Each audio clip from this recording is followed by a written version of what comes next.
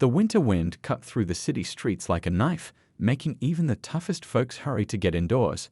For those with no place to go, nights like these could be deadly. One such night found a woman named Reba huddled in the doorway of Mason's hardware store, her back pressed against the door, trying to escape the bitter cold that had dropped well below freezing. Rita pulled her worn military jacket tighter around her thin frame. The jacket had seen better days, just like she had.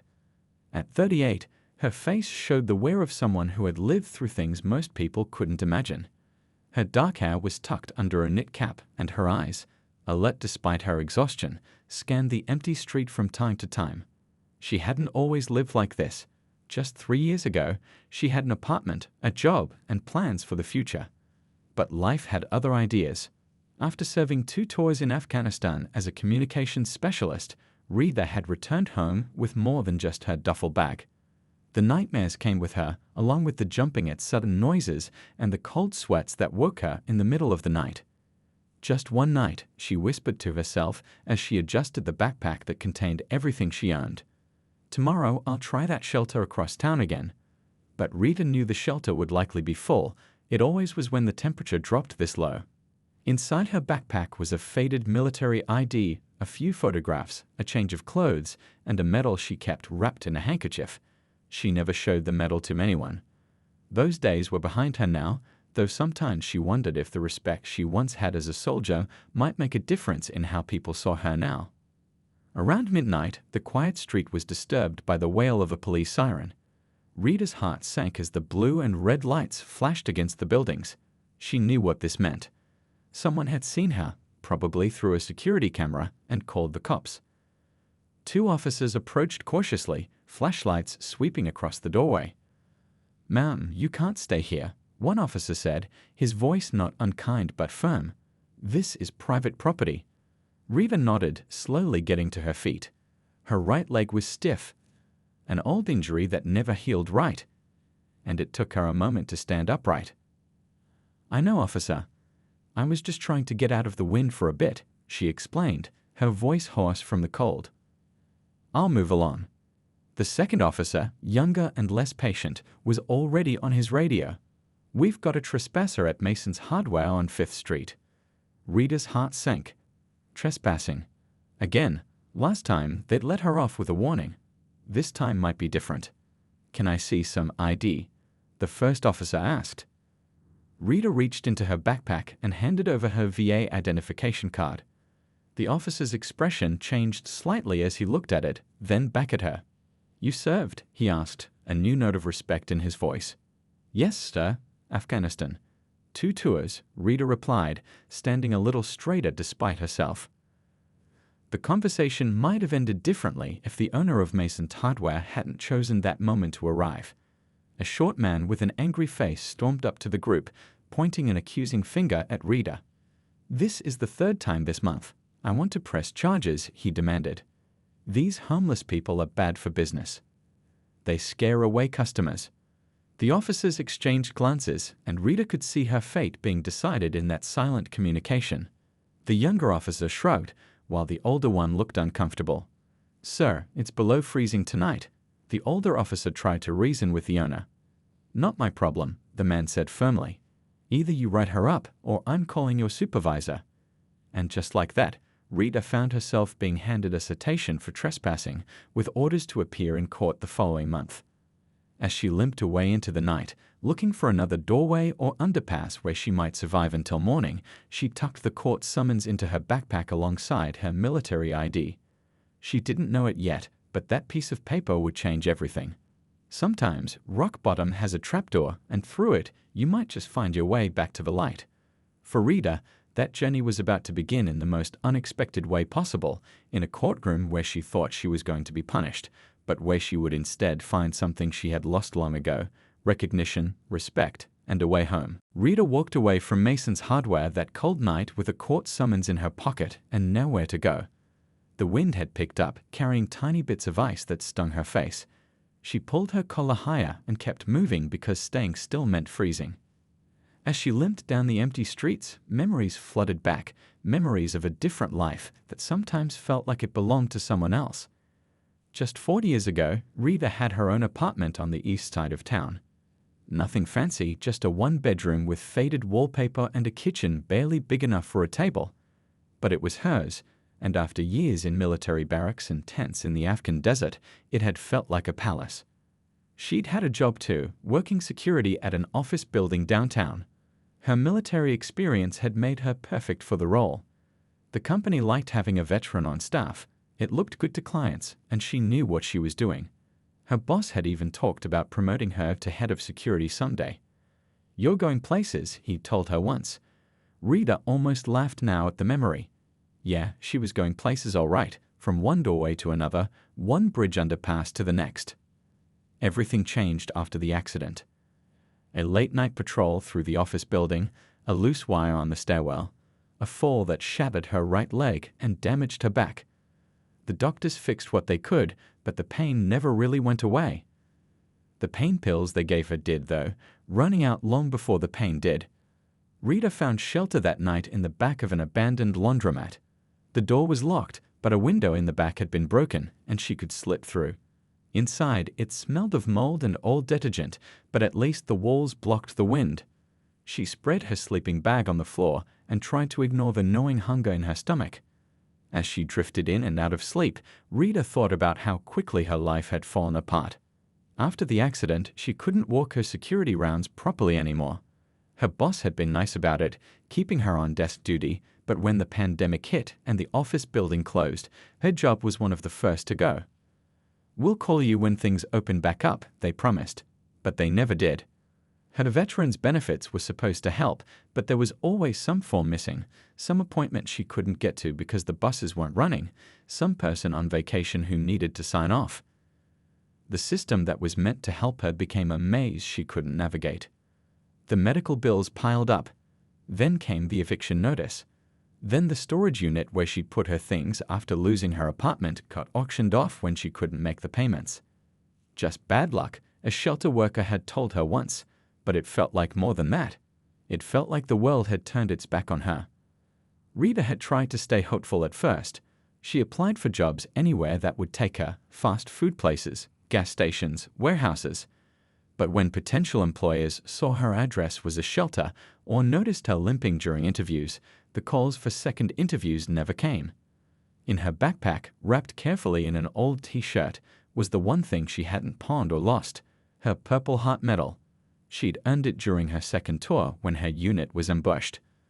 Rita had dragged 3 wounded soldiers to safety despite being injured herself. Sometimes she took it out just to remind herself that once she had been brave. Once she had mattered. Morning came too quickly.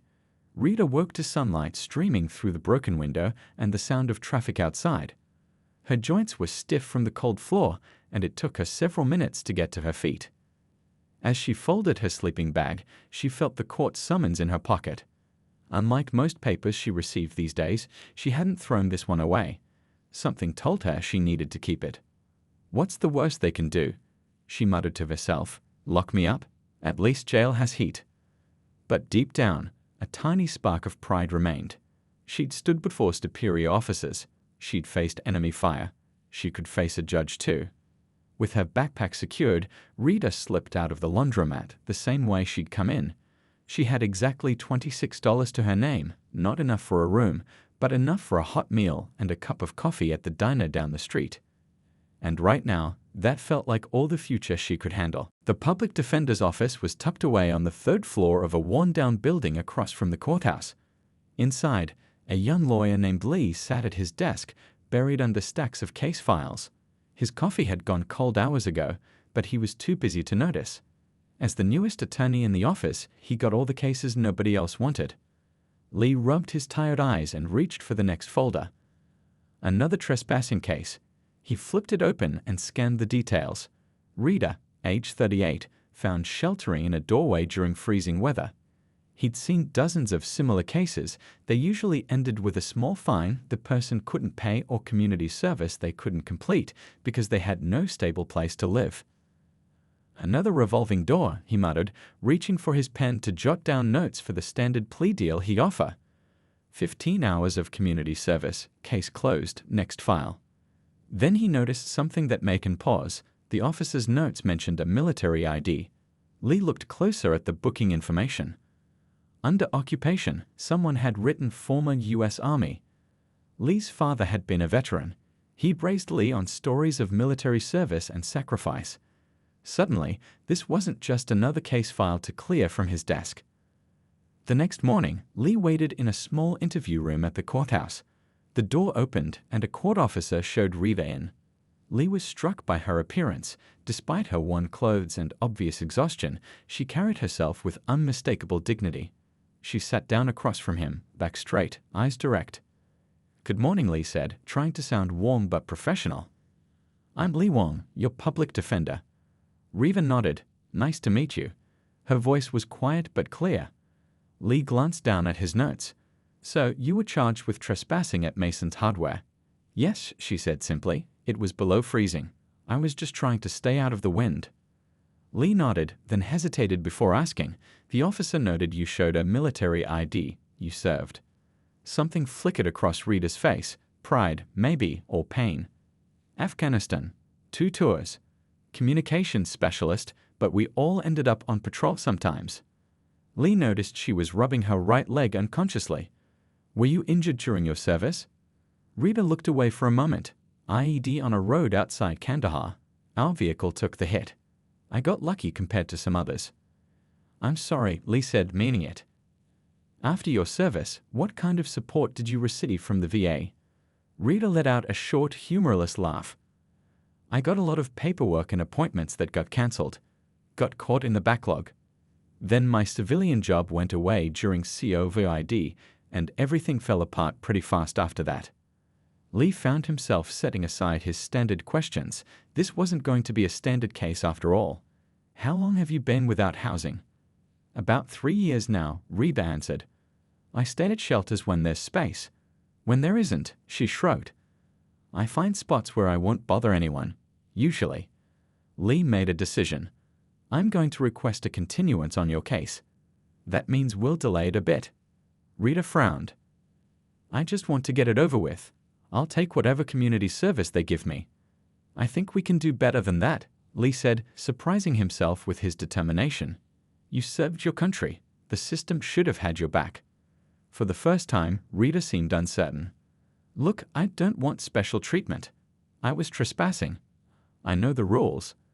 Lee leaned forward. "It's not special treatment to expect basic human dignity. And it's not right that someone who served 2 tours in Afghanistan ends up with nowhere to go on a freezing night." He pulled out a notepad. "I'd like to know more about your service record if you're willing to share, and about what happened when you came home." Rita studied him for a long moment, as if trying to decide whether he was worth trusting. Finally, she reached into her backpack and pulled out a carefully wrapped bundle. She unwrapped it to reveal a Purple Heart medal. "I don't show this to many people," she said quietly. "But if you really want to know my story, I guess this is where it starts." Lee stared at the medal, realizing that the woman sitting across from him wasn't just another case to process. She was a decorated veteran who had fallen through the cracks of the very country she'd risked her life to protect. "I've got time," he said, putting down his pen. "And I'm listening." Lee stayed late at the office that night, his desk lamp the only light in the otherwise dark room. Rita's file was open in front of him, but now it was surrounded by printouts, sticky notes, and legal pads filled with his handwriting. What had started as a simple trespassing case had become something much more important to him. He picked up his phone and dialed a number he hadn't called in years. "Uncle Phil, it's Leigh. I need some help with a case involving a veteran." His uncle had served for 30 years before retiring. If anyone knew how to navigate the complex web of veteran services, it was him. "Tell me what you need," his uncle said without hesitation. For the next hour, they talked about programs, benefits, and contacts. Lee's hand cramped from taking notes, but by the end of the call, he had a plan. The next morning, Lee walked into his boss's office with Rita's file. "I need more time on the trespassing case," he said. His boss, a tired woman named Donna, who'd been a public defender for 25 years, barely looked up. Standard plea. 15 hours community service. Next case. Lee stood his ground. She's a Purple Heart recipient. 2 tours in Afghanistan. Now she's homeless because the system failed her. That made Donna look up. And what exactly do you think you can do about that with our non-existent resources and your already impossible caseload? Lee laid out his plan. By the time he finished, Donna was actually smiling. You know, this is a lot of work for one trespassing case, she said. It's not just one case, Lee replied. It's about what's right. Donna nodded. Okay, keep me updated. For the next 2 weeks, Lee spent every spare moment on Rita's case. He tracked down her military records. He spoke to veterans organizations. He even drove to the VA office 2 counties over to speak directly with a benefits coordinator. Finding Rita wasn't always easy. Some days she'd be at the shelter. Other days he'd have to search under bridges or in doorways. But each time they met, Lee could see her beginning to hope again, even if she tried to hide it. Don't go to all this trouble, she told him during one meeting at a coffee shop where Lee had bought her lunch. The judge will just see another homeless person. That's exactly what we need to change, Lee said. When that judge looks at you, he needs to see who you really are. Rita shook her head. And who's that? Because most days, I'm not sure anymore. Lee looked her straight in the eyes. A veteran who served her country with honor. Someone who deserved better than what she got when she came home. As the court date approached, Lee had one more surprise up his sleeve. He reached out to Rita's former commanding officer, a lieutenant colonel now stationed at a base 3 hours away. I can't promise anything, the officer said over the phone, but if I can rearrange some things, I'll be there. The day before court, Lee met Rita at the shelter. He handed her a paper bag. What's this? She asked. Open it, he said. Inside was a simple but clean button-up shirt and pair of pants. For court tomorrow, Lee explained. And I found someone who can help with your hair if you want. Rita touched the clothes gently. Why are you doing all this? I'm just one case out of hundreds for you. Lee thought about his father, who'd come home from Vietnam to a country that didn't welcome him. How he'd struggled with nightmares and finding work, but had eventually built a good life. Because sometimes the system gets it wrong, he said simply. And when that happens, someone needs to help make it right. That night, Rita couldn't sleep despite having a bed at the shelter.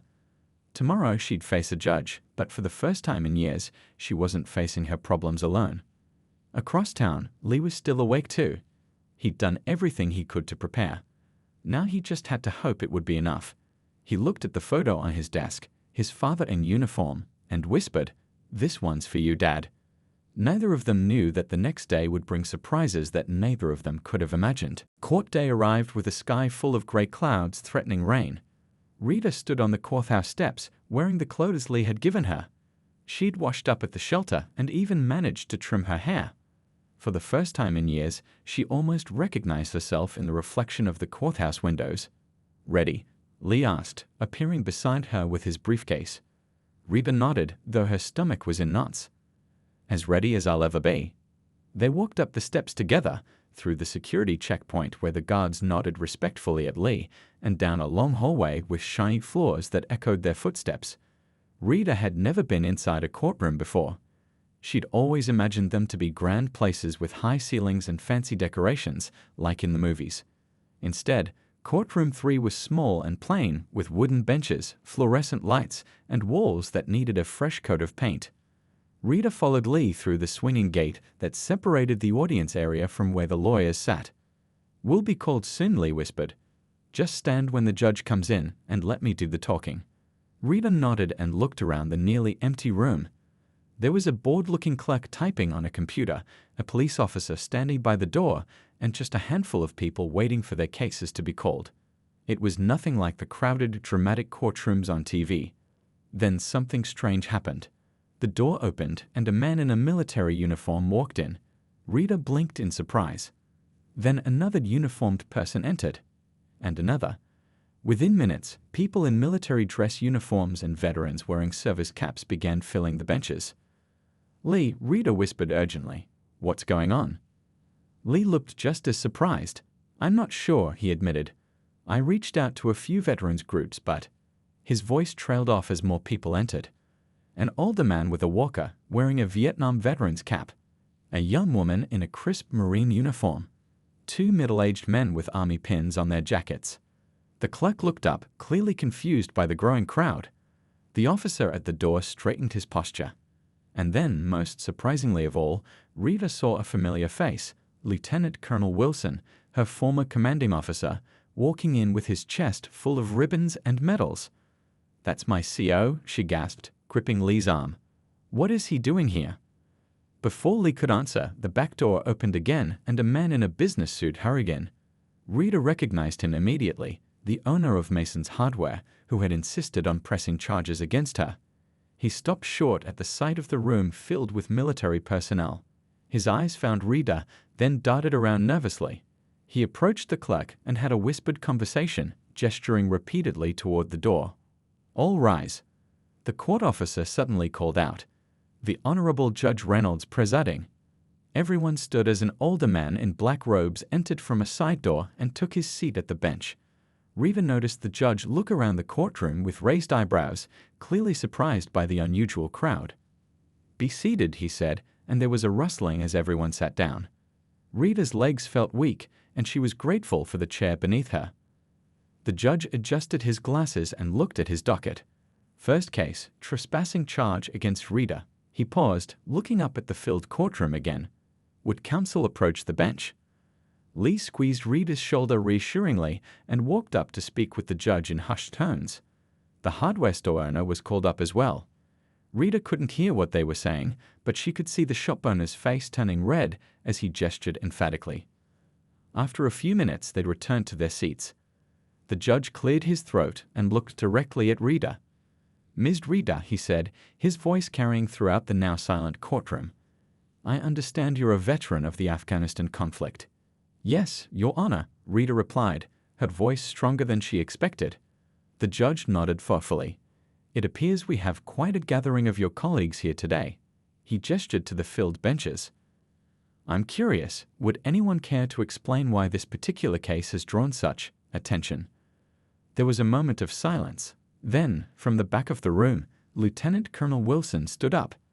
"Your Honor," he said in a commanding voice that Rita remembered well from her service days, "if the court would permit it, I'd like to say a few words about the defendant." The judge looked surprised but nodded. "I'll allow it. Please approach." As her former commander walked toward the front of the courtroom, Rita felt her heart pounding. This was not at all how she had expected her day in court to go. Lieutenant Colonel Wilson stood before the judge, his back straight and his voice clear, just as Rita remembered from their days in Afghanistan. The courtroom was completely silent. "Your Honor, my name is Lieutenant Colonel Thomas Wilson," he began. "I had the privilege of serving as Rita's commanding officer during her second tour in Afghanistan." The judge nodded respectfully. "Go ahead, Colonel." Colonel Wilson looked at Rita, then back to the judge. "Rita served under my command for 14 months in one of the most dangerous regions of Afghanistan. She was responsible for our communication systems, equipment that kept us connected to headquarters and, quite literally, kept us alive." He paused, collecting his thoughts. "In April 2014, our convoy was ambushed outside a small village. The lead vehicle hit an IED, an improvised explosive device. We took heavy fire from multiple directions." Rita stared at her hands, the memories flooding back, the explosion, the shouting, the smell of burning metal. Rita was in the second vehicle, Colonel Wilson continued. Despite being injured herself, she saw that 3 soldiers were trapped in the damaged lead vehicle. Without hesitation, she left cover and ran through enemy fire to reach them. A murmur went through the courtroom. Rita closed her eyes. She pulled all 3 soldiers out, one by one, and dragged them to safety. The third was Staff Sergeant Lopez, who weighed nearly twice what Rita does. She pulled him over 100 yards while still under fire. The colonel's voice grew quieter. For that action, Rita was awarded the Purple Heart and the Bronze Star with Valor. Those medals sit in this courtroom today. Rita felt Lee's hand on her shoulder, steadying her. "But I'm not here just to talk about Rita's heroism in combat," Colonel Wilson said. "I'm here because I received a call from this young lawyer," he nodded toward Lee, "telling me that one of my soldiers was facing criminal charges for seeking shelter on a freezing night." The colonel turned slightly to face the benches filled with veterans. "And as you can see, I'm not the only one who thought this was important enough to show up for."